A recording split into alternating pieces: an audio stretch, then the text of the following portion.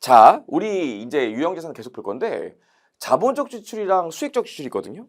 이게 뭐냐면 후속 원가예요. 보시면 내가 유형자산을 취득하고 사용 가능한 시점이 돼요. 그럼 유형자산과 관련해서 이때 지출하는 금액들이 있다고요. 요때. 저번에 네가 얘기했잖아.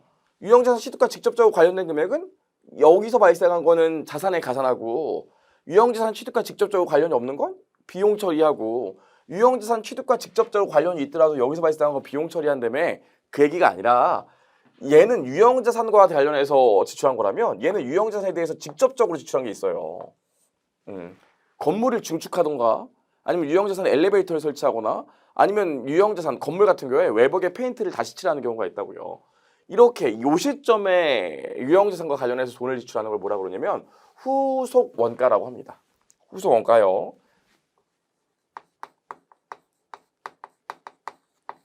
그럼 요 후속 원가는 두 가지로 나눠요. 수익적 지출이 있고요. 자본적 지출이 있어요. 자본적 지출. 내가 건물을 사고 나서 한참 있다가 건물에 돈을 들이는 경우가 있다고요. 이런 게 있고 이런 게 있는데 이거의 가장 대표적인 게 뭐냐면 페인트 칠을 하거나 아니면 안에 내벽을 다시 칠했다고요. 혹은 유리창이 깨져갖고 유리창을 다시 갈았대. 얘네들은 특징이 뭐냐면 얘네들은 원상회복이나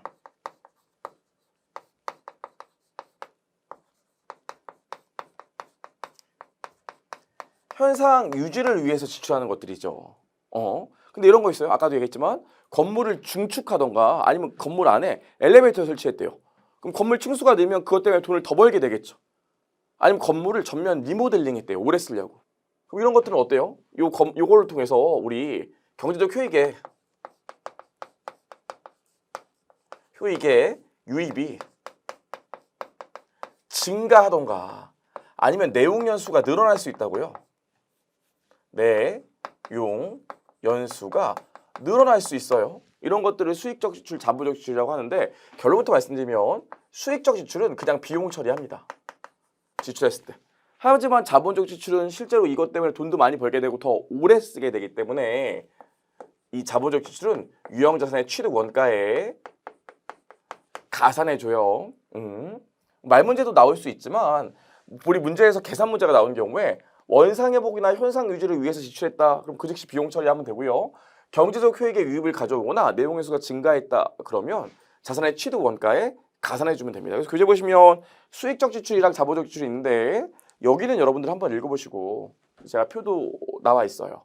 자본적 지출 보시면 미래 경제적 효익이 기업에 유입될 가능성이 높고 자산의 원가를 신뢰성 있게 측정할 수 있는 경우엔 취득 원가에 가산하는데 얘를 자본적 지출이라고 한다 나와 있고 자본적 지출의 특징이 뭡니까? 내용 연수가 증가하던가 미래 제공될 서비스의 양과 질이 증가한다 이렇게 나와요. 그래서 문제에서 후속적 지출을 하게 돼서 내용 연수가 증가하게 됐다 그러면 자본적 지출을 봐서 유형자산의 취득 원가에 가산해주면 됩니다. 옛날에는 이런 게 말 문제로만 나오고 딱 끝나는데 요즘엔 계산 문제도 좀 나와요. 그래서 밑에 보시면 자본적 지출과 감가상각이 있는데 밑에 보시면 회계 추정의 변경으로 처리한다 나와 있는데 요게 중요한 게 아니라 실제로 사례가 좀 어떻게 되는지를 좀 보셔야 돼요. 밑에 나와 있는 것처럼 자 이런 경우 있어요. 우리가 X1년 초에 건물을 취득했는데 건물이 100원짜리래요. 내용 연수가 5년이고요. 잔존가치 0이고요. 정액법으로 감가상각한다고 한번 해보죠. 그럼 X1년 만에 어떻게 되겠습니까? X1년 만에 감가상각비가 우리 배웠죠 저번 시간에 100 빼기 0 나누기 5 하면 되니까 감가상각비가 20 나와서 X1년 말에 상각공원가가 80 될 거라고요. 근데 이런 경우 있어요. X2년 7월 1일 날 자본적 지출을 한다는 거예요. 자본적 지출 얼마나 봤더니 50을 지출했대요. 자 이런 경우에 첫 번째 알아야 되는 게 뭐냐면 저번 시간에도 얘기했지만 감가상각비는 매 순간 생기고 있는 거예요? 기말에 한 번만 생기는 거예요? 사실은 매 순간 생기고 있는데 편의상 기말에 한 번만 회계 처리한다고 그랬죠. 근데 자본적 지출을 하게 되면 유형자산의 취득 원가에 가산하기 때문에 장부금액이 바뀐다고요. 그럼 장부금액이 중간에 바뀌는데 12월 30일 날 한 번에 감가상각을 할 수가 없겠죠? 그래서 이 자본적 지출 문제가 나오면 여러분들이 꼭 아셔야 되는 게 X2년 1월 1일부터 7월 1일까지 6개월간의 감가상각비를 먼저 인식해야 됩니다. 6개월간의 감가상각비를. 그럼 얼마 나와요? 70 나오게 되겠죠? 그 상태에서 자본적 지출하게 되면 유형자산의 취득 원가에 가산한다고 그랬으니까 다른 말로 유형자산의 장부 금액에 50이 가산된다고요. 그럼 얼마가 돼요, 여기? 120이 되겠죠? 여기까지 괜찮을까요? 여기까지 하고 우리 시험에 뭐가 나옵니까? X2년 12월 31일 날 인식해야 될 회계 처리가 뭐냐? 다른 말로 X2년도에 손익계산서에 계산될 감가상각비가 얼마냐? 이런 게 시험 문제에 나올 수 있습니다. 그럼 우리 문제에서 자본적 지출만 하고 다른 언급이 아무것도 없으면 우리 요거 감가상각해야 되는데 이거 감가상각은 어떻게 될까요? 전 기억나는 게 있는데 여러분.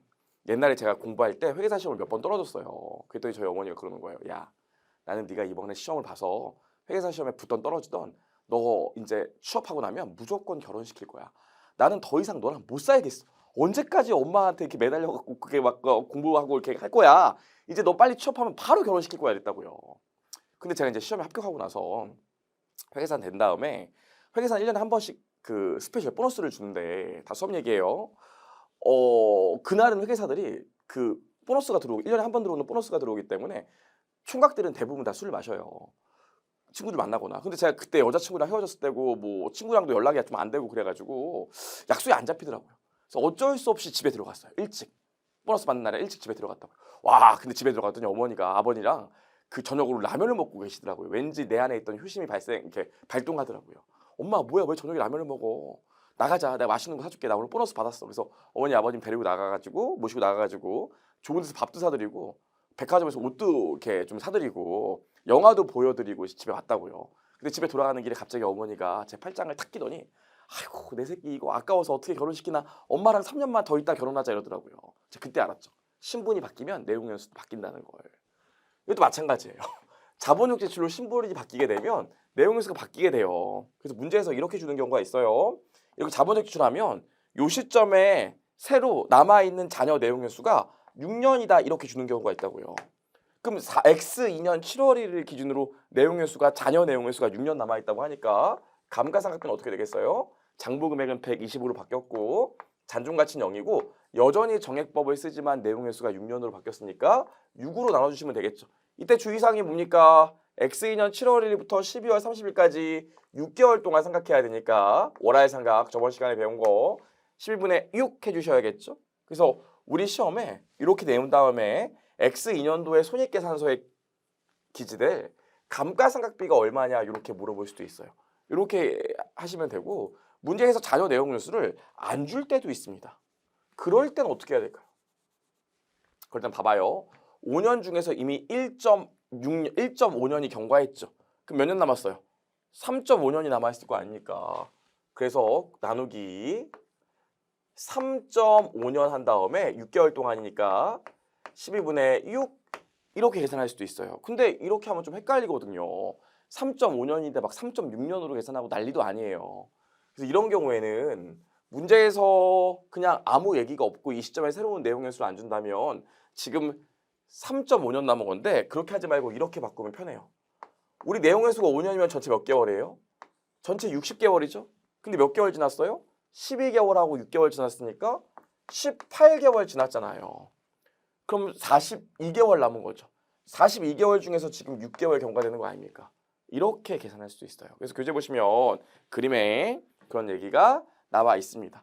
옛날에는 이런 거 우리 시험에 나온다는 생각을 전혀 안 했었는데 요즘에는 문제 난이도가 올라가니까 요 정도도 좀 기억을 할게요. 그래서 옛날에는 자본적 지출은 취득 원가에 가산한다. 장부 금액에 가산한다. 수익적 지출은 그냥 비용 처리한다. 이렇게만 나왔다면 요즘에는 문제가 어려워져서 이런 것도 계산을 시키는 추세니까 좀 기억하면 좋을 것 같아요. 아시겠죠? 계속 얘기하지만요. 사실 저희 신용분석사 시험 문제가 좀 어렵기 때문에 추도입을 좀 많이 하셔야 돼요. 어떤 투입을 하셔야 되는데요? 저한테 얘기를 듣고 수업을 들으신 다음에 저희 확인 문제를 반복해서 풀어보셔야 돼요. 계속 얘기를 합니다. 좋아요. 여기까지 우리 정리를 좀 해봤고요. 읽어보시면 될 것 같고요. 넘겨보시면 유형자산의 손상차손이 나와요. 요건 좀 얘기를 해봐야 돼요. 손상차손. 자, 우리 지금 유형자산 배우고 있었지만 유형자산의 정의 배웠고요. 장부에 기록한 인식 중에서 인식 요건 배웠고요. 장부에 얼마로 기록할 건지 측정 배웠는데 측정 중에서 뭐가 있었습니까? 최초 측정이 있었죠? 처음에 취득했을 때 얼마로 기록할 건지. 이 최초 측정은 우리 어떤 금액으로 한다고 그랬어요? 내가 낸 돈 원가로 한다고 그랬잖아요. 근데 후속 측정이 있어요. 기말에 얼마로 기록할 건지. 우리 이 후속 측정 하면서 뭐 했습니까? 원가의 배분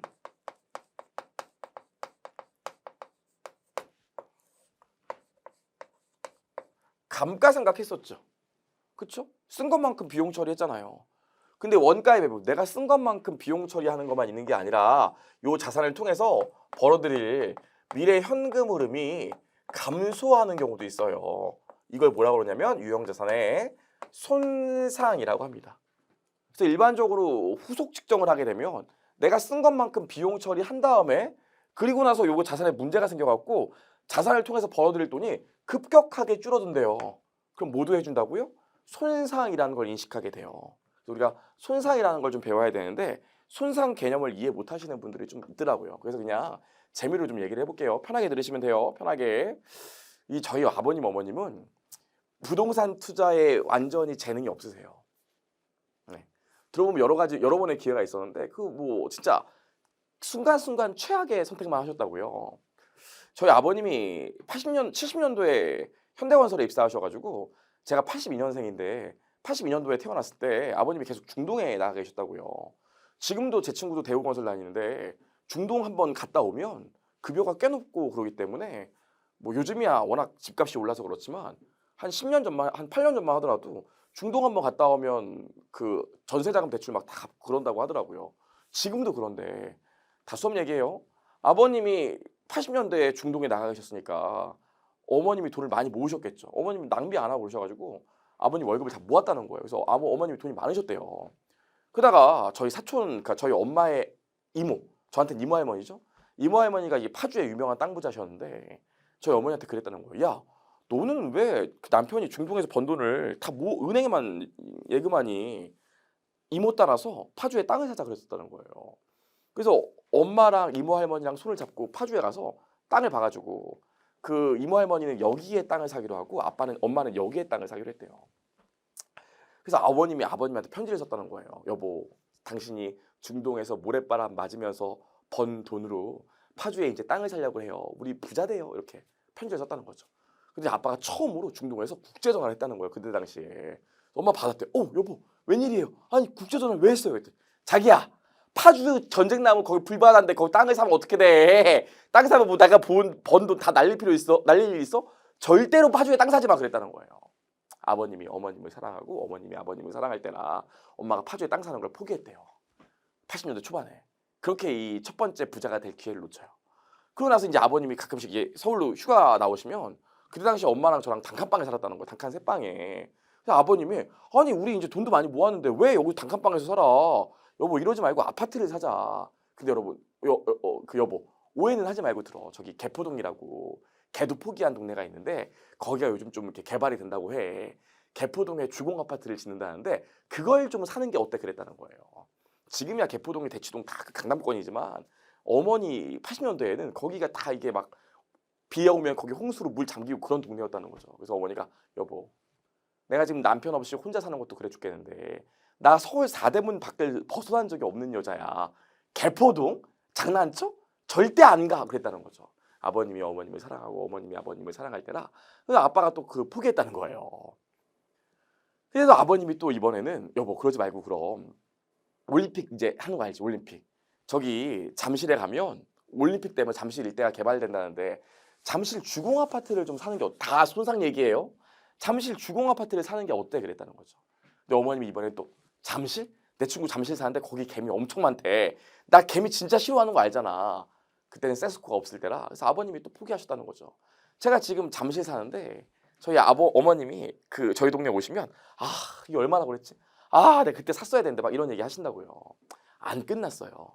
그래도 하늘이 아직 어머님이랑 아버님을 버리지 않으셔가지고 어머니랑 아버님이 88년도에 목동 아파트를 분양받으신다고요. 제가 그래가지고 그 초등학교 때는 계속 목동 아파트에 살았어요. 목동 아파트가 신기한 게 이렇게 쭉 1단지, 2단지, 3단지, 4단지, 5단지, 6단지 쭉 있고요. 제가 3단지에 살았거든요. 이렇게. 근데 지금도 그런데 여기 길을 건너면 여기는 이제 주택 이게 개발이 안 된 주택까지 쫙 있다고요. 그래서 차이가 좀 있어요, 동네가. 근데 어느 날 아빠가 교회 모임을 갔다 오시더니 여기 빌라가 50평대 아파트 빌라가 생겼는데 엄청 넓다는 얘기를 듣고 오셨다는 거예요. 그래서 아버님이 저 여기 목동 아파트 3단지 30평에 살고 있었는데 할 거 없으니까 구경 가자고 그래서 엄마랑 아빠 손잡고 구경 간다고요. 근데 저도 지금 그 50평대 사는데 옛날에 20평대 살았거든요. 20평 살다 50평 가니까 집이 진짜 너무 넓어 보이더라고요. 막 처음에 20평에서 50평 이사했을 때는 집 안에서만 왔다 갔다 해도 막 다리가 아프더라고요. 근데 아버님이 30평 살다가 50평 가니까 이게 너무 넓어 보인 거죠. 그래서 아버님이 이걸 팔고 여기 들어가세요. 진짜 말이 안 되는 거죠. 어떻게 아파트 대단지를 팔고 주택가 빌라로 들어갑니까? 들어가셨다는 거죠. 근데 더 웃긴 건 뭐냐면 그때가 97년도였어요. IMF 직전이었다고요. 아버님이 이거를 1억 2천에 처분하세요. 목동 아파트 3단지 30평을. 그래서 저희 어머님 아버님은 지금은 또 목동 잘 안 가려고 그래요. 여기 가셔가지고. 근데 어머님 여기 빌라 들어갔다가 이 아파트 살다 빌라 사니까 너무 불편한 거예요. 그래서 이걸 처분하고 일산으로 이사 가시거든요. 근데 이 빌라가 어디 있는 거냐면 신목동역 있어요. 그 9호선. 거기서 나와가지고 3번 출구가에 나와갖고 20초 정도 걸으면 이 빌라가 딱 도착하게 돼요. 그쵸. 그러고 나서 이제 아버님 현대건설 관두시고 사업하시면서 다 말아먹는다고요. 그래요. 그리고 나서 이제 아버님이 GS건설에 재취업하신 다음에 김포에 직원 할인가로 아파트가 싸게 나와갖고 저 군대 있을 때 아파트를 사신다고요. 이렇게. 근데 제가 첫 휴가 나왔을 때인데 진짜 허허벌판에 아무것도 없고 아파트만 있더라고요. 제가 그래서 아빠한테 처음으로 그런 얘기를 했어요. 아빠 진짜 야 이런 얘기 한 번도 안 하려고 그랬는데 나도 언젠가 상속받아야 되는데 아빠 장난치는 것도 아니고 아빠 돈 너무 함부로 쓰는 거 아니야? 아니 허허벌판에 아파트만 동그라니 딱 있더라고요. 버스도 없어. 거의 뭐 육지 섬 같은 데였어요. 그래서 제가 아빠한테 아빠 이게 뭐야 그랬더니 아빠가 야 아빠도 다 생각이 있어. 여기 조금 있으면 아파트 대단지 이제 생길 거라서 여기 아파트 다 질 거라고. 아빠가 미리 들어온 거기 때문에 우리 이제 조만간 부자 될 거야. 막 이런 얘기 하시더라고요. 안 믿었어요. 근데 진짜 이 건설회사들이 여기 개발한다고 아파트 지려고 땅을 파기 시작하더라고요. 그 땅을 파는데 땅을 딱 파서 포크레인이 땅을 딱 파는데 뭐가 탁 걸려. 뭐가 걸렸냐면 이 선사시대 유물이 발견이 돼요. 진짜 감동실화예요. 선사시대 유물이 발견돼서 이거 아파트 대단지 건설이 다 취소되고 유물 발굴하기 시작한다고요. 그래서 지금도 저희 동네 가면 여기 조그맣게 선사시대 박물관이 딱 있어요. 이게 참 감동실화예요. 그래서 저희 아버지가 그때 당시에 이걸 2억에 샀는데 유물이 발견되는 바람에 아파트 값이 완전 폭락한다고요. 개발이 다 이제 취소가 됐기 때문에. 이게 손상이에요. 이게 손상. 이게 느낌 오세요? 아파트 들어가 갖고 살면은 아파트가 낡겠지. 낡은 걸 비용 처리하는 게 감가상각비라면서요. 근데 이건 뭐예요? 이게 뜻하지 않는 상황이 발생해가지고 아파트 값이 완전 폭락했다고. 이런 게 손상이에요. 그래서 아버님이 진짜로 실제 이때 부동산에 가세요. 지금부터 한 10년 전에 부동산에 가서 이거 얼마냐고 물어봤다는 거예요. 지금 내다 팔면. 지금 내다 팔면 1억 3천 받는다는 거예요. 2억짜리 집이었는데. 근데 그 고객님 1억 3천 받으실 수 있는데 부동산 복비로 한 1,000만 원 주셔야 되는 거 알죠? 이랬다는 거죠. 그럼 아버님 이거 내다 팔면 지금 얼마 받아요? 1억 2천 받겠지. 그래서 아버님이 엄청 충격받으셔가지고 다 죽어가는 이 목소리 다 죽어가게 생겨갖고 집에 걸어가고 있는데 엄마가 아빠한테 전화를 했다는 거죠. 아무래도 느낌이 안 좋아서. 여보 부동산 갔다며? 어때? 몰라. 그냥 망한 것 같아. 아빠가 이랬다는 거죠. 엄마가 전화를 끊고 아빠가 집에 올라오고 있었는데 저랑 제 동생을 부르더니 야 윤동이 넌 알겠지만 니네 아빠 부동산 투자로 돈 번 적이 없어. 나는 뭐 이번 생은 포기했다. 니네 아빠 지금 다 죽어가니까 올라오면 잘해줘 그랬다고요. 저희가 다 복도에서 대기하고 있었어요. 삐삐삐 하면서 아버님이 들어오니까 아버님 들어오셨습니까? 하면서 아버님 사랑합니다. 이렇게 안아드리고 여보 힘드신데 앉으세요. 뭐 밥 할게요. 그래서 어머님이 아버님이 좋아하는 그 메뉴로 밥 해드리고 저는 옆에서 수발 들고 제 동생은 이렇게 오나라 오나라 노래 불렀다고요. 그랬더니 아버님이 닭똥 같은 눈물을 뚝뚝 흘리면서 그래 내 인생이 그렇지 뭐 부동산 투자로 내가 뭐 잘 된 적이 있나 그러면서 그래도 앞으로 이 집에서 살면 우리 이렇게 가족이 행복할 텐데 이 가족의 행복의 가치가 앞으로 우리가 이 집에 살면서 행복할 거의 가치가 1억 5천 원 되지 않을까? 이랬다고요. 그럼 아버님 얼마 손해 보신 거예요 지금? 2억짜리 집인데 얼마 손해 봤어요? 내다 팔면 1억 2천 받는데요. 계속 살면은 행복의 가치가 1억 5천이래. 그럼 아버님 내다 팔겠어요? 계속 살겠어요? 계속 살겠죠. 그럼 아버님 얼마 손해 보신 거예요? 5천만 원 손해 봤죠. 이게 손상이에요. 이게 손상. 이게 손상. 실제로 여러분 너무 좀 재밌게 그냥 웃기게 얘기하고 넘어갔는데 이런 게 있어요. 옛날에 쌍용차가 기계 장치를 갖고 있었는데 그 장치가 예를 들어서 1,000억짜리였다고요. 한 옛날에. 근데 문제가 뭐냐면 쌍용 자동차가 안 팔리기 시작했다고요. 그래서 옛날에 안진회계법에서 야 쌍용차 니네 기장치가 1,000억짜리긴 한데 이거 지금 내다 팔면 한 500억 받을 것 같고 니네가 차가 안 팔리기 때문에 이 기장치를 돌려갖고 차를 팔아도 앞으로 벌어들일 현금 흐름의 현재 가치가 600억밖에 안 될 것 같아. 그러니까 니네는 기장치가 이게 1,000억짜리가 아니라 이거 내다 팔던지 계속 사용하던지 했을 때 벌어들일 돈의 현금 흐름의 현재 가치가 600억이니까 자산을 400억 원 좀 다운시켜야 될 것 같아. 이랬다고요. 이게 손상이에요. 괜찮을까요? 그럼 왜 우리가 유형자산과 통해서 이 유형자산을 통해서 벌어들일 돈의 현금 흐름의 현재 가치나 혹은 지금 내다 팔았을 때 받게 될 돈이 기장치의 장부 금액보다 작아지면 자산을 다운시켜야 된다고요. 왜 이런 걸 해야 될까요? 봐봐요. 지금 장부에 기장치가 1,000억 있으면 아무것도 모르는 정보 이용자는 이 기장치를 내다 팔면 1,000억은 받을 거라고 생각한다고요. 근데 지금 이 기장치를 통해서 벌을 돈이 600밖에 안 된대. 그럼 정보 이용자가 오해할 수 있으니까 자산을 좀 다운시켜줘야 될 거 아닙니까? 이런 걸 뭐라고 한다고요? 손상이요. 읽어볼게요. 그래서 유형자산은 원칙적으로 역사적 원가로 기록하고 공정가치로 평가하지 않지만 유형자산의 진부와 오래됐거나 또는 시장가치의 급격한 하락 등으로 유형자산의 미래 경제적 효익이 장부금액의 현저하게 미달할 수 있는데 이런 상황을 손상이라고 하고요. 이때 장부금액을 다운시키면서 비용 처리하는 계정 과목을 뭐라고 한다고요? 손상, 차손이라고 합니다. 괜찮을까요? 자, 그럼 우리 바로 예제 보면서 얘기를 해볼게요. 계산은 개념을 이해했다면 예제 보면서 한번 필요한 것들을 배워보자.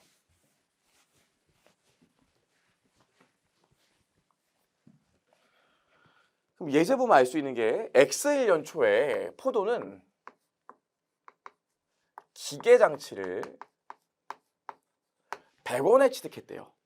내용에서 5년이고 잔존가치 빵이고 정액법으로 감가상각한다고 합니다. 그럼 X1년도에 감가상각비는 얼마겠어요? 20이겠죠? 그리고 X1년 말에 상각 후 원가 80일 거예요. 근데 뭐래요? X1년 말에 손상의 사유가 발생해서 요 자산을 통해서 회수할 수 있는 회수 가능액이 60이래요. 그럼 내가 지금 자산 얼마 다운시켜야 돼요? 40 다운시켜야 되겠죠? 요걸 우리가 뭐라고 그래? 손상, 차손이라고 한다고요. 이때 주의사항이 있는데 이 회수 가능액입니다. 회수 가능액 제가 뭐라고 그랬어요? 요 자산을 통해서 회수할 돈인데 우리 아까 뭐라고 그랬죠? 저희 아버님 집을 팔면 1억 3천, 집을 계속 사용하면 이 집에서 얻게 될 현금, 행복의 현재 가치가 뭐 1억 4천 이런다고 그랬죠. 그럼 회수 가능액은 뭐냐면 이래요. 요 자산을 지금 당장 내다 팔면 내다 팔 때 받게 되는 돈이 공정가치고요. 근데 처분할 때 처분 부대 비용이 든대요. 그럼 공정가치에서 처분 부대 비용을 뺀 걸 우리가 뭐라고 그러냐면 순 공정가치라고 합니다. 그럼 제가 아까 뭐라고 그랬죠? 요 자산을 계속 사용하면 앞으로 벌어들일 현금 흐름의 현재 가치를 우리가 사용가치라고 그래요. 그럼 이건 뭡니까? 지금 당장 내다 팔았을 때 받을 돈, 이건 뭐예요? 앞으로 계속 사용했을 때 유입될 현금 흐름의 현재 가치. 그럼 우리 여러분 보세요. 이게 100원이고 이게 120원이래요. 만약에. 그럼 팔겠어요? 쓰겠어요? 쓰겠죠. 이게 100원이고 이게 80원이래요. 팔겠어요? 쓰겠어요? 팔겠죠. 그래서 회수 가능액이라는 건 손상의 사유가 발생했을 때 회수할 돈을 말하는데 당연히 순 공정가치와 사용가치 중 어떤 금액을 회수 가능액으로 잡겠습니까? 큰 금액을 회수 가능액으로 잡겠죠. 그래서 저희 교재 보시면 손상차손의 인식 나와 있는데 문제 보시면 유형자산의 장부 금액이 회수가능액에 미달하면 손상차손을 인식한다고 나와 있죠? 핵심 체크 2번 보면 뭐라고 나와 있어요? 회수가능액은 순공정가치와 사용가치 중 큰 금액으로 한다. 요거 좀 기억해 주셨으면 좋겠고, 우리 말문제로 예전에 회수가능액은 순공정가치와 사용가치 중 작은 금액으로 인식한다 이렇게 나온 적도 있는데 틀린 얘기죠. 큰 금액이에요. 아무튼 그래서 회수가능액이 60일이에요. 그럼 회계처리 잠깐만 볼게요. 회계처리. X 1년 말에 회계처리를 보면 감가상각비 20 나오고요. 감가상각 누계액 20 나올 겁니다. 이만큼 써서 낡았다는 거죠. 그 다음 뭐 해줘야 돼요? 손상차손이라는 별도의 비용 계정으로 20원이 오고요. 반대쪽에 뭐가 올까요? 1번 기계장치를 직접 깐다. 2번 감가상각 누계액을 써준다. 어떨 것 같아요? 감가상각 누계액을 써주면 안 돼요. 감가상각 누계액을 쓴다는 건 써서 이미 다 낡아버렸다는 거니까 다시 돌아오지 않을 거거든요. 써서 이만큼 낡았다는 거고요. 손상차손은 사건이 발생해서 미래 유입될 현금 흐름이 줄어들어서 자산을 줄였다는 건데 실제 저희 아버님도 그 집이 유물이 나와서 가격이 떨어졌지만 유물 다 캔 다음에 요즘은 거기 재개발돼가지고 아파트들 쫙 들어섰어요. 땅값 많이 올랐다고요. 그럼 손상이라는 건 나중에 이 손상의 사유가 회복되면 이 손상의 사유가 회복되면 나중에 가격이 다시 올라올 수 있다고요. 감가상각 누계액은 이게 다 써버려서 없어진 거지만 손상은 나중에 회복될 수도 있다니까요. 그래서 얘는 감가상각 누계액이라는 계정을 쓰지 않고요.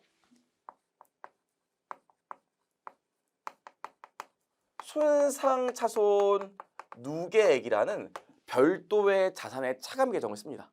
괜찮을까요? 그래서 얘 같은 경우엔 재무상태표를 그려볼게요. 그럼 재무상태표를 그리면 이렇게 될 거예요. 기계가 100, 감가상각 누계액이 20 자산의 차감 계정이니까 손상차손 누계액도 자산의 차감 계정이니까 어떻게 되겠어요? 여기 60 이렇게 되겠죠. 괜찮을까요? 여기까지. 자, 여기까지 하고 나서 그 다음 연도가 됐다고 한번 해보죠. 그럼 다음 연도가 되면 장부 금액이 바뀌었다면서요. 이제는 요 금액으로 감가상각해야 돼요. 제가 아까 자본적 지출할 때도 얘기했지만 장부 금액이 바뀌면 그 시점에 문제에 특별한 언급이 없다면 그 시점에 남아있는 잔여 내용에서 생각한다고요. 그럼 5년 중에 1년 지났으니까 이제 4년으로 감가상각해야겠죠. 감가상각비는 얼마 나와요? 잔여 내용에서 생각하니까 60원 나누기 4년 하니까 감가상각비 15원 나와서 45원 되겠죠. X 2년도에 특별한 이슈가 없었대요. 그럼 X 4년도에도 3년도에도 또 감가상각비로 15원 감가상각할 거니까 장부 금액이 30 나오게 되겠죠. 근데 문제 보시면 뭐라고 나와 있어요? X 3년 말에 손상의 사유가 해소돼서 회수 가능액이 50만큼 다시 회복됐대요. 그럼 X 3년 말에 회수 가능액이 50 됐대요. 그럼 이 20만큼 다시 손상차손 잡아주면 될까요? 그렇지 않아요. 여러분, 우리 실제로 손상차손 같은 경우엔 회사가 손상차손 잡아야 될 것 같아요 이러면 무조건 싫어하진 않아요. 왜 싫어하진 않을까? 한번 비용으로 이렇게 떨고 나면 원래는 감가상각비가 20 나와야 되는데 그 다음 연도부터 감가상각비가 15원으로 감가상각비가 줄죠. 한번 와장창 손상 잡고 나면 그 다음 연도부터는 장부 금액이 내려갔기 때문에 감가상각비가 준다고요. 그래서 손상차손 잡는 걸 무조건 나쁘게 볼 수만 없어요. 왜냐면 이것 때문에 그 다음부터는 한번 잡아놨으니까 감가상각비 등의 비용 부담이 주니까. 아니 그럼 손상차손 잡아서 감가상각비 줄인 다음에 그 다음 연도 다음 연도에 회수 가능액이 올라가서 이만큼을 손상차손 환입으로 잡아버리면 어떻게 되겠어요? 손익이 한번 비용 잡고 나서 점점 좋아지다가 갑자기 이익이 급격히 좋아지는 효과가 나올 거 아닙니까? 이런 문제가 있기 때문에 손상차손 환입 같은 경우에는 한도가 있어요. 어떤 한도가 있냐면 손상되지 않았더라면 감가상각비가 계속 20씩 나와서 X 3년 말에 장부 금액이 40 되겠죠? 한도가 뭐예요? 회수 가능액과 손상되지 않았을 때 장부 금액을 한도로 손상차손 환입을 잡도록 하고 있습니다. 괜찮을까요? 최근에 우리 시험에 계산 문제 뭐 나와요? 얘요, 얘. 어려울까 쉬울까? 어렵지 않겠죠. 그림만 그려보면 되는데. 주의사항 뭡니까? 회수 가능액은 순공정가치와 사용가치 중 큰 금액으로 해서 손상차손을 인식한다. 손상차손을 인식하고 나면 변경된 장부 금액을 기준으로 그 시점에 남아있는 잔여 내용 연수로 감가상각비 잡는다. 추후에 손상차손 환입액이 발생하더라도 무조건 회수 가능액과 장부 금액을 기준으로 하는 게 아니라 손상되지 않았을 때 장부 금액과 회수 가능액 중 작은 금액을 한도로 손상차손 환입을 인식한다. 여기까지만 기억할게요. 요거. 괜찮을까요? 그럼 X3년도의 회계처리는 어떻게 될까요? X3년도 말의 회계처리는 이렇게 돼요. 감가상각비가 15원 나오고요. 감가상각 누계액 15원 잡고 환입됐으니까 손상차손 누계액을 10원 취소시켜주고요. 여긴 뭐라고 쓰냐면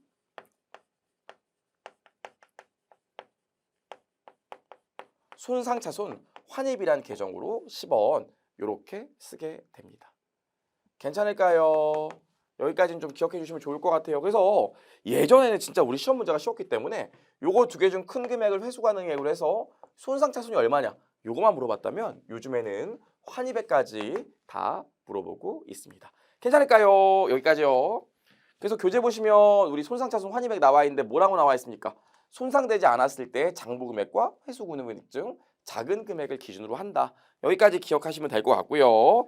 219페이지 보시면 유형자산의 증감무석이 있는데 써놓긴 했는데 요건 제가 지금 가르칠 건 아니고요. 나중에 2부에서 현금 흐름표 할 때 언재현 선생님이 그때 요거 같이 가르칠 겁니다.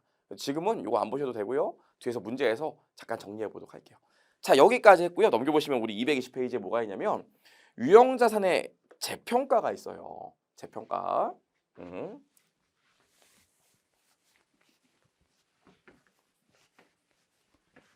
저도 여러분 저한테는 유형자산이 뭘까요? 저한테는 유형자산이 크게 두 가지 있을 거예요. 뭐 자동차랑 집이 있을 거예요. 건물. 그럼 저는 자동차 쓸 때마다 자동차가 낡을 테니까 원가의 배분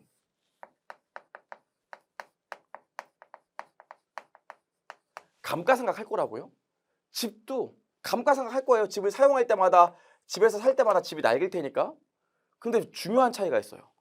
저번에도 한번 얘기했지만 저는 이거 차 없어질 때까지 탈 거거든요. 사실 없어질 때까지 탈 건 아니고 제가 이거 타다가 리스 기간 끝나고 나면 저희 어머니 드린다고 그랬잖아요. 중간중간에 가끔 친구들 만나면 제 차, 야, 네 차 중고차 시세 좀 얼마더라? 빨리 팔아 막 이런 얘기 하는데 사실 관심 없거든요. 계속 쓸 거기 때문에. 근데 집은 어때요? 집은 계속 살 거긴 한데 집값이 좀 오르고 그러면 팔까? 이런 생각 들기 때문에 저는 아침에 일어나면 하는 게 루틴이 있어요. 루틴. 아침에 일어나서 루틴으로 뭘 하냐면 출근할 때 인터넷으로 제 이름 쳐보고요. 정인돈 쳐보고요. 그 다음에 저희 집값 가격 얼마인지 한번 확인해 보고요. 제 거 도서 판매 순위 얼마인지 확인해 보고 이러면 이제 회사에 도착하거든요. 그런 거 해요. 그럼 집 같은 경우에 저한테 차지하는 비중이 크기 때문에 저는 이거는 공정가치에 관심이 없지만 이거는 공정가치, 지금 시장 가격이 얼마인지 관심이 있다고요. 그래서 공정가치를 평가하는데 자동차는 사실 관심이 있기 때문에 공정가치 평가 안 해요. 관심이 없기 때문에 계속 쓸 거기 때문에. 근데 집은 내 자산 중에서 차지하는 비중이 크고 요거 혹시나 하면 팔 수도 있기 때문에 공정가치 평가에 관심이 있다고요. 기업들도 마찬가지예요. 기업의 유형자산을 보면 공정가치 평가에 관심이 있는 애들이 있고 공정가치 평가에 관심이 없는 애들이 있다고요. 그래서 이렇게 기말에 후속 측정을 할 때 원가의 배분, 쓴 것만큼 비용 처리한 다음에 자산을 공정가치 평가하는 애들이 있고 안 하는 애들이 있는데 기말에 자산을 공정가치 평가 안 하는 애를 뭐라고 그러냐면 원가 모형이라고 합니다. 공정가치 평가를 안 하는 것들. 하지만 기말에 자산의 공정가치 평가를 한대요. 그런 걸 뭐라 그래요?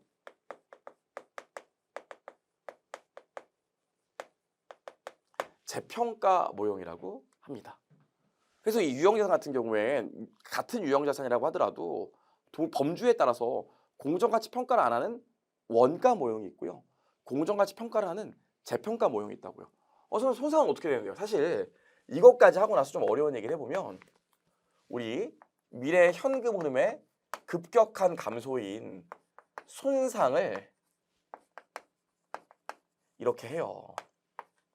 그래서 사실 기말에 후속 측정을 요 순서로 하는데 신용분석사에서 이런 것까지 가리키면 머리가 터지기 때문에 이거 따로 배우고 요거 배운 거고요. 그래서 우리 유형자산을 보면 공정가치로 평가하는 애들도 있고 원가 모형으로 평가하는 애들도 있습니다. 그래서 우리 원가 모형도 재평가 모형도 공통적으로 감가상각을 하기 때문에 요걸 본 거고, 그 다음에 손상은 원가 모형과 재평가 모형의 손상이 약간 다른데 우리 신용분석사 시험에 이거까지 나온 반칙이고 금융연수원 교재에도 이런 얘기는 없으니까 여기까지 봤어요. 그럼 마지막으로 예를 볼 건데, 그래도 우리 시험에 아직까지 양심은 있는지 상각자산의 재평가는 나온 적이 없어요. 감가상각을 하고 재평가하는 것까지 나온 적은 없습니다. 물론 뭐 가리키려면 어렵진 않지만, 그래서 우리는 뭐 할 거냐면요, 지금 재평가 모형의 비상각자산 토지의 재평가 모형을 볼 거예요. 간단해요. 근데 그 전에 일단 잠깐 몇 가지를 정리해 보면 말문제로 앞에 걸 좀 정리해 볼게요. 유형자산의 재평가란 공정가치를 신뢰성 있게 측정할 수 있는 경우에 유형자산의 재평가일의 공정가치에서 이후 감가상각 누계액이나 손상차손을 차감한 금액을 장부금액으로 하는 방법이 다 나와 있는데 요건 중요하지 않고요. 밑에가 중요해요. 그럼 우리 유형자산 같은 경우에 원가 모형을 쓸 수도 있고 재평가 모형도 쓸 수 있을까요? 아니면 모든 유형자산이 원가 모형이나 재평가 모형을 통일되게 써야 될까요? 어떤 유형은 원가 모형 쓸 수 있고요. 어떤 모형은 재평가 모형 쓸 수 있어요. 다만 동일 분류별로는 동일한 방법을 써줘야 돼요. 내가 토지인데 재평가 모형을 쓴대. 그럼 내가 갖고 있는 토지는 다 재평가 모형 써야 돼요. 내가 건물인데 원가 모형을 쓴대. 그럼 내가 갖고 있는 건물은 다 원가 모형을 써야지 어떤 건물은 재평가, 어떤 건물은 원가 모형, 이건 안 된다고요. 그래서 밑에 보시면 요 얘기가 중요한데, 유형자산을 선택적으로 재평가하거나 서로 다른 기준의 평가 금액이 혼재된 재무보고를 방지하기 위해서 동일한 분류 내에 유형자산은 동시에 재평가한다. 동일한 분류 내에서만 재평가한다. 이거 보시면 되고요. 그래서 제가 여러분이라면 이거 써놓을 것 같아요. 토지 재평가 모형, 건물 원가 모형, 오케이. 하지만 서울에 있는 토지, 경기도에 있는 토지인데 서울에 있는 토지는 재평가 모형, 경기도에 있는 토지는 원가 모형, 요건 안 된다고요. 괜찮을까요? 여기까지 봤고요. 우리 감가상각의 내용연수, 잔존가치, 감가상각 방법은 추정치가 들어가기 때문에 매기말 재검토한다고 했었죠. 그럼 우리 앞에서도 나왔지만 손상이랑 재평가 있는데 손상차손이랑 재평가는 매기말 인식하는 걸까요? 아닐까요? 아, 그렇진 않아요. 공정가치 모형을 평가한다 그러면 작년에 공정가치가 100억인데 올해 101억이래요. 이걸 뭘 재평가를 합니까? 안 그러겠어요? 차이가 안 나는데 100억인데 그래도 한 150억 정도 돼야 재평가를 하는 거죠. 그래서 매기말 재평가하는 건 아니다. 손상차손도 매기말 손상차손 인식하는 건 아니다. 이건 좀 기억해 주셨으면 좋겠고요. 네. 나온 김에 미리 좀 필기를 좀 해놓을게요. 우리 일반 기업 회계 기준 같은 경우엔 유형자산은 재평가를 하지만 무형자산은 재평가를 하지 않습니다. IFRS는 유형자산도 무형자산도 모두 재평가가 가능하거든요. 하지만 일반 기업 회계 기준은 무형자산에 대해서는 재평가를 인정하지 않아요. 이것도 좀 기억해 놓으시고요. 그 밑에 보시면 재평가의 회계 처리가 있기 때문에 우리 재평가의 회계 처리를 배워야 되는데, 문제가 뭐냐면 우리가 기타 포괄손익을 배운 적이 한 번도 없거든요. 그래서 이번 시간에 기타 포괄손익에 대해서 잠깐만 정리를 좀 해봐야 될 것 같아요. 기타 포괄손익. 우리 예전에 배웠지만 수익의 정의가 뭐였죠? 수익의 정의? 수익은 주주와의 거래를 제외한 자본 증가액이 수익이었죠. 다른 말로 주주와의 거래를 제외하고 자본이 증가하려면 부채가 증가하거나 부채가 감소하거나 자산이 증가해야 되기 때문에, 다른 말로 주주와의 거래를 제외하고 자산이 증가하거나 부채가 감소하면 수익, 주주와의 거래를 제외하고 자본이 감소하거나 또는 주주와의 거래를 제외하고 자산이 감소하거나 부채가 증가하면 비용이었습니다. 근데 이 수익과 비용을 보면요,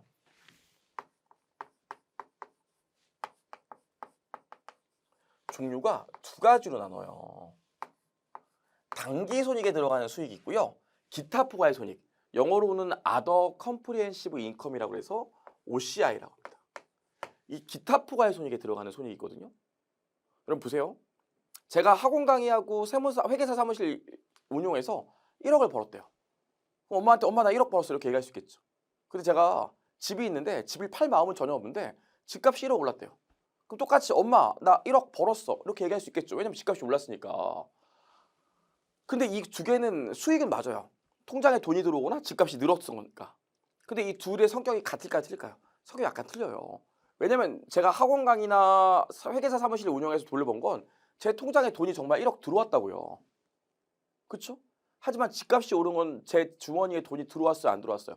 전혀 안 들어왔죠. 기분만 좋은 상태 아닙니까? 그렇죠? 그래서 우리가 이 당기순이익을 뭐라고 그러냐면 다른 말로 실현손익이라고 해요. 하지만 기타 포괄손익은 뭐라고 그러냐면 미실현손익이라고 합니다. 아직 주머니에 돈이 들어오지 않았다는 거죠. 괜찮을까요? 그럼 이 실현손익과 미실현손익은 어떨까요?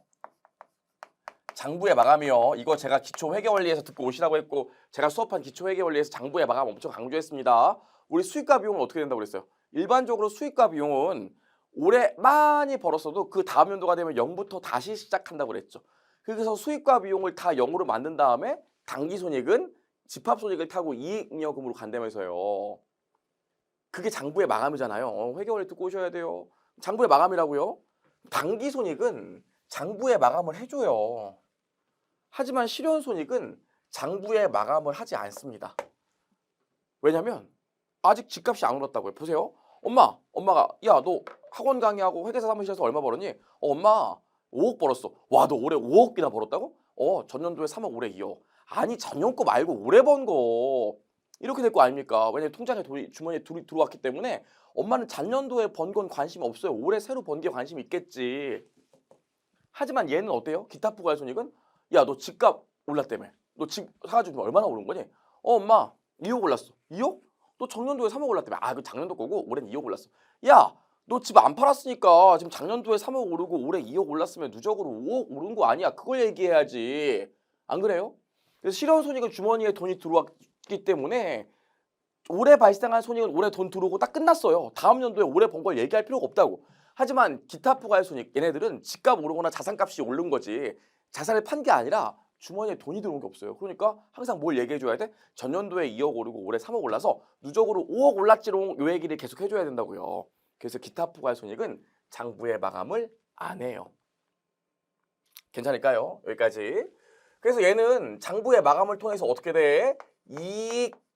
이익잉여금이라는 자본 항목에 쌓이지만 얘는 이익잉여금에 쌓이는 게 아니라 어디 쌓이냐면 기타 포괄손익 누계 재무상태표에 기타 포괄손익 누계액 줄여서 OCI 누계액이라는 곳에 쌓이게 됩니다. 그럼 이렇게 구분하는 이유가 뭘까요? 나중에 보겠지만 주주는 여러 가지 권리가 있는데 회사가 벌어들인 돈, 회사의 이익을 배당받을 권리가 있다고 그랬죠. 근데 웃긴 게 뭐냐면 이익잉여금을 배당의 재원으로 해서 배당을 주거든요. 근데 기타 포괄손익은 배당의 재원이 못 돼요. 왜냐면 실제로 얘는 통장에 돈이 들어온 게 없잖아요. 괜찮을까요? 그래서 우리가 일반적으로 손익을 당기손익, NI와 기타 포괄손익, Other Comprehensive Income, OCI로 나누는데 이거 두 개를 나누는 이유가 있다고요. 왜? 얘는 장부의 마감을 통해서 이익잉여금으로 가고 배당의 재원이 돼. 괜찮아. 돈이 들어왔으니까. 하지만 기타 포괄손익을 나누는 이유는 뭐예요? 얘는 집값만 올랐지 기분만 좋은 거지 실제로 주머니에 돈이 들어오지 않았기 때문에 돈이 안 들어왔기 때문에 장부의 마감을 못해요. 그래서 기타 포괄손익 누계액에 갔다가 배당에 가게 된다고요. 배당으로 못 주게 된다고요. 이게 두 개를 나눈다. 좀 기억해 주시면 좋을 것 같고요. 잠깐만 볼게요. 토지가 100원 있대요. 만약에 기말에 토지가 120원 됐대요. 근데 이거를 당기손익에 반영한다고 해보죠. 그럼 회계 처리가 어떻게 되냐면 토지가 20원 증가하고요. 토지 평가이익으로 20원이라는 계정이 온다고 할게요. 당기손익에. 괜찮을까? 그럼 기말에 뭐 해준다고요? 장부 마감을 해주니까 평가이익 20원이 없어지고 집합손익으로 회계원리 듣고 오셔야 된다고 그랬어요. 20이 오고 집합손익 20원이 없어지면서 이익잉여금 줄여서 이익이라고 쓸게요. 이익으로 이렇게 간다고요. 그럼 분계장에서 이게 이렇게 사라지겠죠. 분계장에서 평가이익은 사라지고 요 평가이익이 이익잉여금에 간다고요. 장부 마감을 통해서. 괜찮을까요? 그리고 나서 그 다음 연도에 공정가치가 90으로 떨어졌다고 생각해보죠. 자산이 이렇게 떨어질 거 아닙니까? 자산이 이렇게 떨어질 때 회계처리 어떻게 해야 될까요? 토지가 30만큼 줄어든다며. 줄어들겠죠? 여기 뭐라고 쓸까요? 1번 전년도의 평가 이익을 인식했으니까 평가 이익을 까고 평가 손실을 잡는다. 2번 전액 평가 손실을 잡는다. 어떻게 될 것 같으세요? 정답은 전액 평가 손실을 잡는다예요. 왜냐하면 당기손익은 장부에 마감을 하기 때문에 이게 없어졌거든요. 이미 분계장에서. 그래서 전액 평가 손실을 잡아요. 괜찮을까요? 어렵지 않죠? 요 금액도 당기손익에 들어가고 이해할 수 있겠죠? 요 정도만 이해하시면 돼. 근데 여러분 문제가 있어요. 토지가 100 있는데 기말의 공정가치가 120이래요. 근데 이번에 평가이익을 기타 부가의 손익에 넣어본다고 한번 해보죠. 그럼 얘는 어떻게 되냐면 토지가 20 증가하면서 평가이익이라고 쓸게요. 평가이익으로 20 온다고요. 그럼 요 금액은 기타 부가의 손익에 들어와. 그럼 기타 부가의 손익은 장부에 마감을 안 한다면서요. 그럼 또 회계 처리하는 거 있어요 없어요? 아무것도 없어요. 이러고 딱 끝난다고요. 기타 부가의 손익은 장부에 마감을 안 한다는 게 이런 느낌이에요. 그럼 이게 어떻게 되냐면 좀 어려운데 볼게요. 재무상태표를 보면 재무상태표에 얘는 토지 120대 있고요. 얘는 기타 부가의 손익 누계액이라는데 토지 평가 이익으로 20 이렇게 들어가 있다고요. 괜찮을까요? 손익계산서를 보면 당기 손익에 미친 영향이 있고 기타 부가의 손익에 미친 영향이 있는데 기타 부가의 손익 이게 여기 20 그냥 문다고요. 봐봐요. 사실 이 좀 더 정확히 얘기하려면 이 당기 손익은 실현 손익은 손익계산서에 있다가 장부의 마감을 통해서 BS에 가는 거고요. 이 미실현 손익은 작년에 집값이 2억 오르고 올해 3억 올랐으면 올해까지 집값이 5억 오른 걸 보여줘야 될 거 아닙니까? 그래서요. 얘는 사실 개념상 BS에 먼저 기록을 한다고요. 근데 사실 기타 부가의 손익도 정의상 수익과 비용이 맞거든요. 주주와의 거래가 아닌데 자산이 증가하거나 부채가 감소하고 혹은 자산이 감소하거나 부채가 증가하기 때문에 정의상 수익과 비용이 맞아요. 그래서 얘는 요거 기타 부가의 손익은 재무상태표에 쓴 다음에 정의상 수익과 비용이 맞기 때문에 어쩔 수 없이 기타 부가의 손익 변동액을 손익계산서에 써준다고요. 올해 기말에 기타 부가의 손익이 20 있대. 기초에 아무것도 없대. 그럼 재무상태표에 기타 부가의 손익이 20 늘었겠죠. 이렇게 기재한다고 이렇게 볼게요. 나중에 자본 금융자산 가서 또 자세히 얘기할 거예요. 여기까지 이렇게 기재한다고요. 외웁시다. 그래서 당기손익은 일단 당기손익에 들어갔다가 장부의 마감을 통해서 재무상태표에 있는 이익잉여금으로 간다면 기타 부가의 손익은 이거 자체가 미시현 손익이기 때문에 다 쌓여 있어야 된다고요. 장부에 마감이 안 되고. 그래서 요거 자체가 재무상태표에 들어가 있는데 얘도 정의상은 수익과 비용이 맞기 때문에 손익계산서의 변동액 개념으로 기재는 해줘요. 괜찮을까요? 이렇게 여기까지는 좀 기억합시다. 그럼 어떤 분들은 그래요. 아니 얘도 어차피 당기손익 처리해도 이익잉여금은 재무상태표에 들어가는 거고 얘도 기타 부가의 손익으로 재무상태표에 들어가는데 두 개 차이가 뭐가 있나요? 이러는데 뭐가 있어요? 첫 번째로는 요 금액은 배당이 가능하지만 요 금액은 배당이 안 돼요. 두 번째로 어떤 차이가 있어요? 얘는 여러 가지 손익들이 장부 마감을 통해서 다 합쳐서 들어가기 때문에 이익잉여금 안에 토지의 평가이익이 얼마 있는지 몰라요. 하지만 얘는 기타 부가의 손익에 평가이익이라는 계정으로 별도로 있기 때문에 토지가 지금 얼마짜리인지를 알 수 있게 된다고요.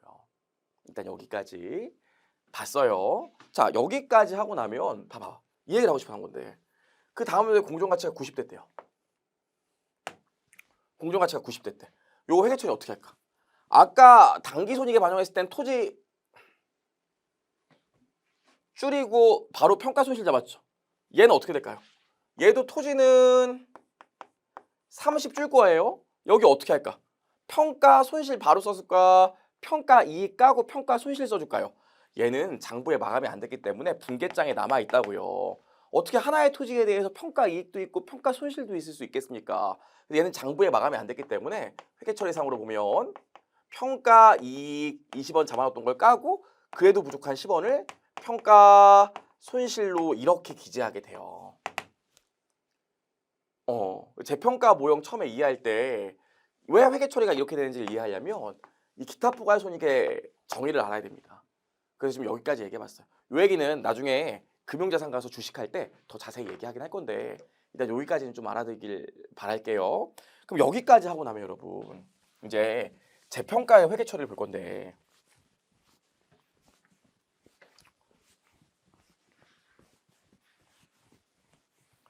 재평가의 회계 처리를 보면요. 봐봐요.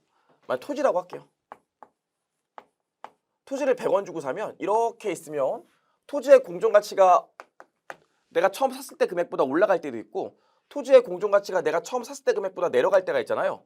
근데 이 재평가는 회계 처리를 어떻게 하냐면요. 취득 원가보다 위에 있을 때는 기타 포괄손익에 반영해요.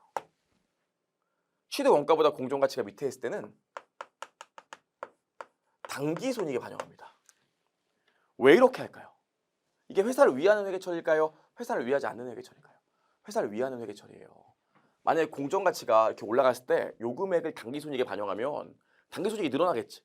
그럼 그게 기말에 집합손익을 타고 이익잉여금으로 가서 주주한테 배당 줘야 될 돈인 이익잉여금이 늘어날 거 아닙니까? 그럼 주주가 배당 달라고 그랬죠. 근데 지금 돈이 있어요, 없어요? 토지 안 팔았기 때문에 돈이 없어요. 그래서 땅값 올라서 기분 좋은 건 주주한테 정보 이용자한테 보여줄 수 있어도 이게 지금 돈은 없기 때문에 당기손익에 반영하면 안 된다고요. 그럼 얘는 왜 당기손익에 반영할까요? 봐봐요. 공정가치가 계속 떨어진다는 건 무슨 소리예요? 자산이 지금 낡고 있다는 소리구나. 자산이 지금 필요가 급격히 없어진다는 소리 아닙니까? 그럼 자산이 이게 지금 급격히 구식이 되거나 낡고 있으면 조만간 새로운 자산을 사야 될 수도 있잖아요. 그렇죠? 그럼 새로운 자산을 사려면 돈 필요하겠죠. 저도 옛날에 집 살 때 집 살려고 마음 먹었을 때 엄마한테 그랬다고. 엄마 미안한데 당분간 엄마 용돈 많이 못 드릴 것 같아요. 그래서 아니 왜? 아 나 집 살려고 돈 좀 모아놔야 돼서. 이게 그 얘기예요. 공정가치가 점점 떨어지면 조만간 자산을 새로 사야 될 수 있으니까 돈을 좀 쟁여둬야 될 거 아닙니까? 그럼 이게 공정가치가 떨어져 있으니까 당기손익이 마이너스겠죠. 평가 손실 나올 거 아닙니까? 그럼 당기손익이 마이너스인데 그게 기말에 집합손익을 타고 이익잉여금 가면 주주한테 배당의 재원이 되는 이익잉여금을 점점 줄이겠죠. 그럼 재원이 되는 금액이 점점 주니까 주주한테 배당도 조금 주고 돈도 덜 나갈 거 아니에요. 그렇죠? 그래서 이 재평가의 회계처리를 보면 위에는 OCI, 밑에는 NI에 반영하는데 이렇게 하는 이유가 뭐라고? 회사를 위하는 회계처리다. 여기까지 좀 기억을 해주시면 좋을 것 같고요. 그래서 케이스별로 우리가 좀 볼 건데 이렇게 돼요. 자, 토지를 100원 주고 샀는데 X1년 만에 토지가 공정가치가 120원 됐대요. 그럼 어떻게 돼? 회계처리가. 토지를 20원 늘리고요. 여기 20원을 기타 포괄손익에 반영해야겠죠. 아까는 제가 여러분 아직 안 배웠기 때문에 토지평가이익이라고 했지만 얘는 계정명이 뭐냐면 재평가잉여금입니다. 재평가잉여금이라는 OCI 계정을 써줘요. 이렇게. 어렵지 않죠? 자, 여기까지 하고 나서 그 다음 연도에 토지가 90으로 떨어졌대. 그럼 어떻게 돼요? 이렇게 내려가겠지.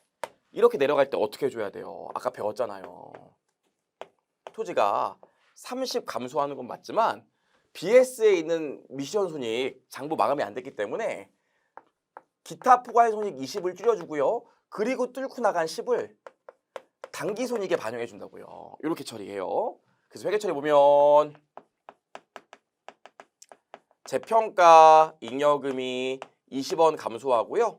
여기 재평가 손실이 10원 오는데 중요한 건 뭐? 요건 기타 포괄 손익에 반영하고요. 요건 NI에 반영하겠죠. 그래서 우리 시험에 여기까지 나온 다음에 이런 거 물어봐요. X2년도에 이런 거래를 했을 때 당기 손익과 기타 포괄 손익에 미친 영향이 얼마냐? 당기 손익에 미친 영향은 마이너스 10, 기타 포괄 손익도 20 줄었으니까 마이너스 20이겠죠. 괜찮을까요? 첫 번째 케이스 봤고요. 두 번째 케이스 보시면 100원에 취득했는데 이번엔 90원으로 하락했대요. 그럼 이거 어디에 반영한다고 했습니까? 당기 손익에 반영한다고 했죠. 그래서 회계 처리 보시면 토지를 10원 줄이고요. 계정명부 재평가 손실이라는 계정으로 당기 손익에 반영합니다. 근데 문제는 뭐예요? 얘는 당기 손익이기 때문에 기말에 재평가 손실을 없애면서 집합손익 갖다가 집합손익 없애면서 이익잉여금 줄이는 장부 마감 분괴를 하겠죠. 그래서 X1년도에 요 회계 처리를 했더라도 X2년도가 되면 분계장에 요게 없다고요. 그리고 나서 그 다음 연도에 110원으로 증가했대요. 그럼 어떻게 돼? 이렇게 뚫고 올라가겠지. 그럼 토지가 20원 증가할 거예요. 여기 뭐 써줘야 돼? 이거 다 이익잉여금 잡아? 그럼 주주가 진짜 열받겠죠. 야, 가격 떨어질 때는 당기손익에 반영해서 나 배당 받을 거 줄이더니 가격 올라갈 때는 다 이익잉여금에 넣어서 나 배당받을 거 줄여? 이거 아주 못된 놈이고 이럴 수 있기 때문에 어떻게 해주셔야 돼? 전년도에 당기손익에 반영한 것만큼은 올라갈 때도 당기손익에 반영해줘야 돼요. 그럼 원래 재평가 잉여금 까듯이 얘도 재평가 손실 까주면 되는데 재평가 잉여금은 기타 부가손익이기 때문에 장부에 마감이 안 돼서 BS에 남아 있겠죠. 하지만 얘는 어때요? 안 남아 있어요. 장부 마감했잖아요. 재평가 손실이라는 계정이 없기 때문에 얘는 이거 올라가는 것만큼은 재평가 이익이라는 계정을 써주게 됩니다. 당기손익에 반영해요. 뚫고 올라간 것만 재평가 잉여금으로 해서 기타 포괄 손익에 반영하게 됩니다. 괜찮을까요? 여기까지. 그래서 우리 뭐 물어봐? X2년도에 당기손익에 미친 영향이 얼마냐? 기타 포괄 손익에 미친 영향이 얼마냐? 이렇게 물어봅니다. 이거 말로도 물어보는데 문구 보시면 자산의 장부 금액보다 재평가 시점의 공정가치가 크면 증가된 금액을 재평가 계정의 기타 포괄 손익으로 인식하고 가산한다. 상호 재평가 잉여금은 재평가 손실이 발생하는 경우 재평가 잉여금을 한도로 감소시킨다. 그게 요 얘기예요. 밑에 두 줄이 요 얘기예요. 밑에 보시면 재평가 손실 나와 있는데 재평가 손실도 감소하면 재평가 손실로 당기손익에 반영하는데 나중에 가격이 올라가면 재평가 손실만큼은 재평가 이익이라는 계정으로 당기손익에 반영하고 뚫고 올라간 것만 재평가 잉여금으로 기재한다. 그런 얘기가 나와 있고요. 밑에 그림도 그려놨어요. 하나 더 아셔야 되는데 여러분, 이게 IFRS랑 좀 달라요. 만약에 이렇게 하고 나서 이만큼은 기타 부가의 손익에 반영했는데 이거를 120원에 처분한대요. 이러면 IFRS는 이만큼만 처분이익이거든요. 근데 일반 기업 회계 기준은 이만큼을 처분이익으로 봐요. 이만큼을. 원래 산 금액과 팔 때 금액의 차이만큼을 처분이익으로 봅니다. 이게 전문적인 용어로 재분류 조정을 한다 안 한다 이런 얘기가 있는데 뭐 그런 얘기까지는 우리 신용분석사에서 하고 싶지 않고 일반 IFRS를 배우신 분들은 이상하다 요거 두 개만 처분손익이고 이만큼은 처분손익이 아닐 텐데 할 텐데요. 일반 기업 회계 기준은 재분류 조정이 가능하기 때문에 100원에 산 다음에 나중에 공정가치 평가 재평가를 하다가 처분하게 되면 처분되는 금액과 최초 취득원가의 차이만큼을 처분손익으로 당기손익에 반영한다. 여기까지는 좀 기억할게요. 좋아요. 여기까지요. 교재 보시면 그 다음 페이지에 예제 있는데 똑같은 예를 제가 지금 했으니까 요건 여러분들한테 좀 맡겨보고요. 이제 우리 개념 완성 문제 풀어보죠. 보시면 안전 환경상의 이유로 취득한 유형자산은 그 자체로는 직접적인 미래 경제적 효익을 얻을 수 없어 자산으로 인식할 수 없다. 틀렸죠? 간접적으로 미래 경제적 효익을 유입하기 때문에 자산으로 인식할 수 있다고 그랬어요. 자, 2번 보시면 단기 건물을 신축하기 위해서 사용 중인 기존 건물을 철거하는 경우에는 기존 건물의 장부 금액과 철거 비용은 전액 비용 처리한다. 내가 갖고 내가 사용하던 건물을 뽀개면 비용 처리, 남의 건물을 사와서 뽀개면 토지의 취득원가의 가산. 괜찮죠? 네 번째요. 정보보조 등 유형자산을 무상 또는 공정가치보다 낮은 대가를 취득하는 경우에는 유형자산의 취득원가는 공정가치로 한다고 했습니다. 저번에 한번 했었고, 이전에 기타 부가의 손익으로 인식한 재평가 이익에 상당하는 재평가 손실은 별도로 당기손익으로 처리한다 그랬는데 기타 부가의 손익으로 처리하죠. 이 얘기예요. 이전에 재평가 OCI 잡았대. 그 가격이 내려간대. 이거 OCI 잡은 것만큼은 기타 부가의 손익으로 잡아줘야 되거든요. 틀렸고요. 5번 보시면 유형자산 순공정가치와 사용가치 중 더 큰 금액을 회수가능액으로 하죠. 성격과 용도면에서 동일한 유형자산에 대해서는 선택적으로 재평가 모형을 적용할 수 없습니다. 동일한 분류에 있는 애들은 토지라면 다 원가 모형을 쓰던지 다 재평가 모형을 써야 돼요. 7번 보시면 체증상각법의 예로는 정률법, 이중차가법, 연수합계법이 있어요. 이게 여러분 진짜 문제인데 체증 상각법은 정률법, 이중차감법, 연수합계법이 맞아요. 근데 우리 신용분석사 주관사가 금융연수원인데 금융연수원 교재를 보면 실제 기출문제를 보면 이걸 뺀 금액을 체증상각법으로 하고 있습니다. 그래서 요 문구가 틀려요. 우리 시험 목적사항으로는. 원래는 이게 들어가는 게 맞거든요. 근데 시험 목적사항은 이게 빠져야 돼. 요것만 좀 기억할게요. 이게 아직도 안 고쳐졌어요. 저희 시험에서. 금융연수원 교재도 이렇게 돼 있기 때문에 여기까지만 기억합니다. 하면 될 것 같아요. 어우 좋아요. 우리 여기까지 해서 유형자산까지 정리해봤고요. 뒤에 문제가 있는데 문제가 꽤 길어요. 이것도 1시간 정도는 우리가 풀어봐야 될 것 같아요. 그래서 이거부터는 우리 다음 시간에 진행하도록 하겠습니다.